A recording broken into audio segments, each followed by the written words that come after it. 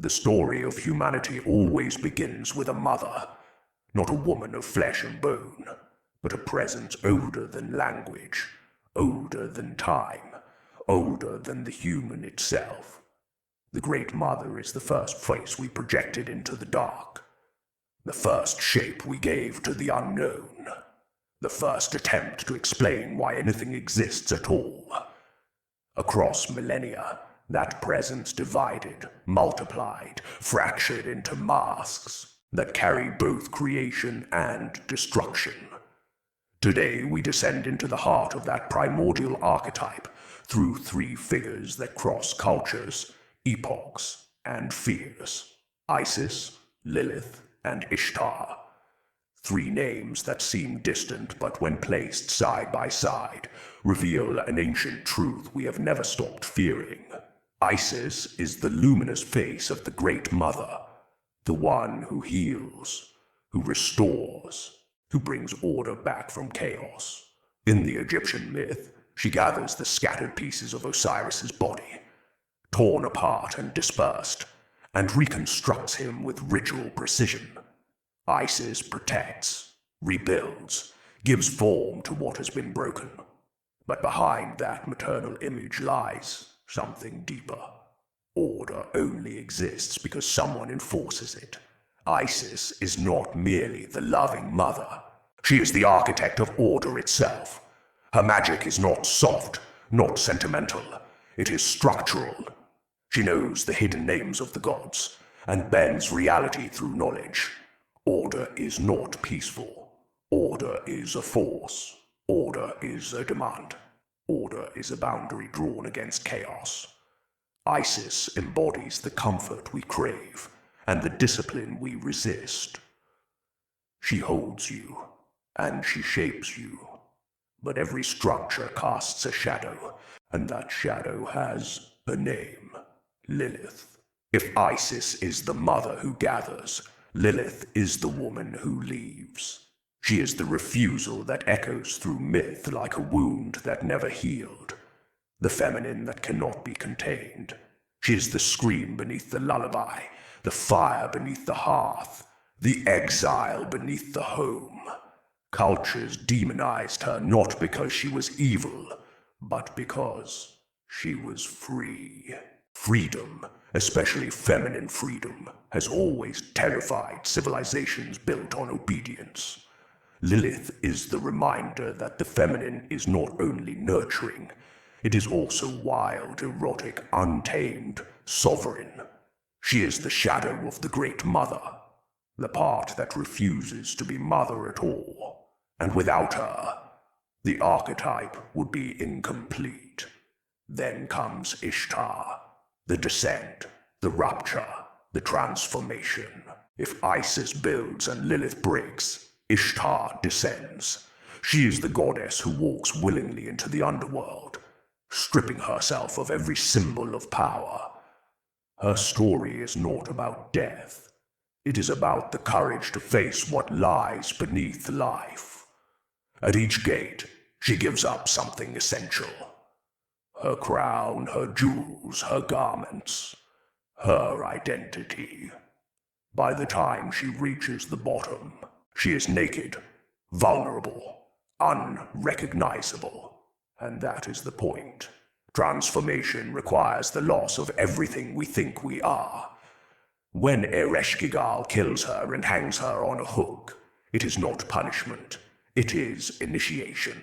The goddess of love becomes a corpse. The goddess of war becomes stillness.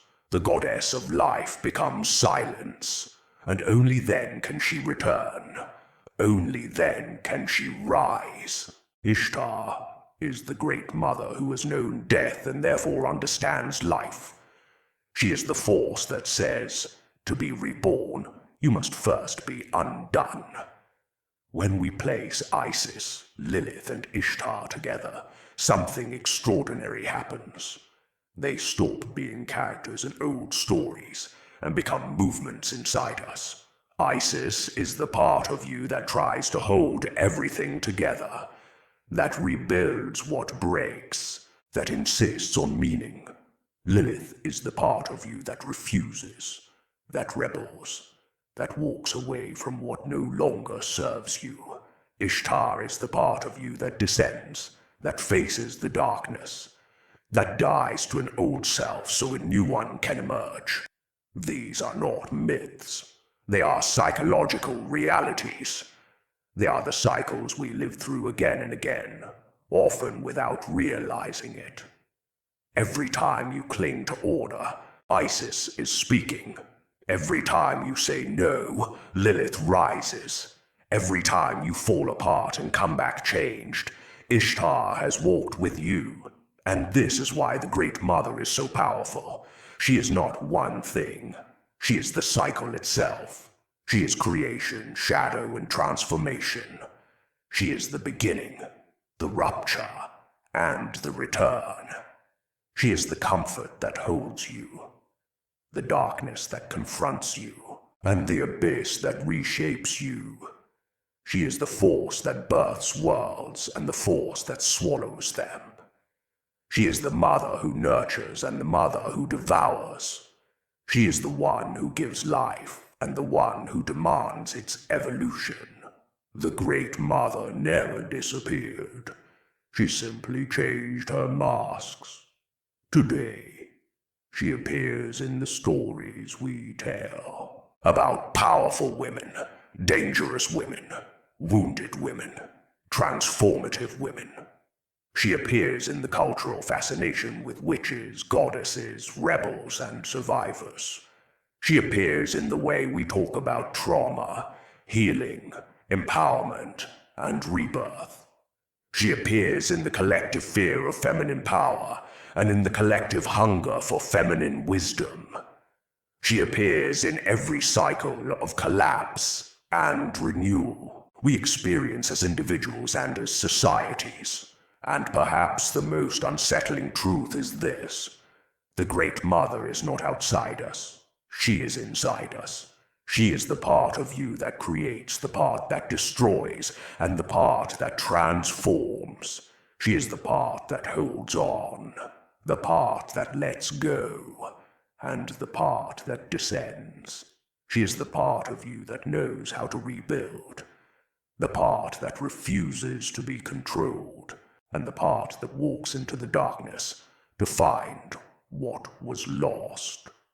So the question is not who Isis, Lilith, and Ishtar are. The question is, which one is moving through you now? Are you holding everything together? Are you breaking away? Or are you descending into the quiet, terrifying, sacred darkness that precedes rebirth? Maybe you are all three. Maybe the Great Mother is not a goddess at all, but a rhythm, older than civilization, older than myth, older than the human heart. And whether you recognize her or not, she is still moving. She is still shaping. She is still calling you into the next version of yourself.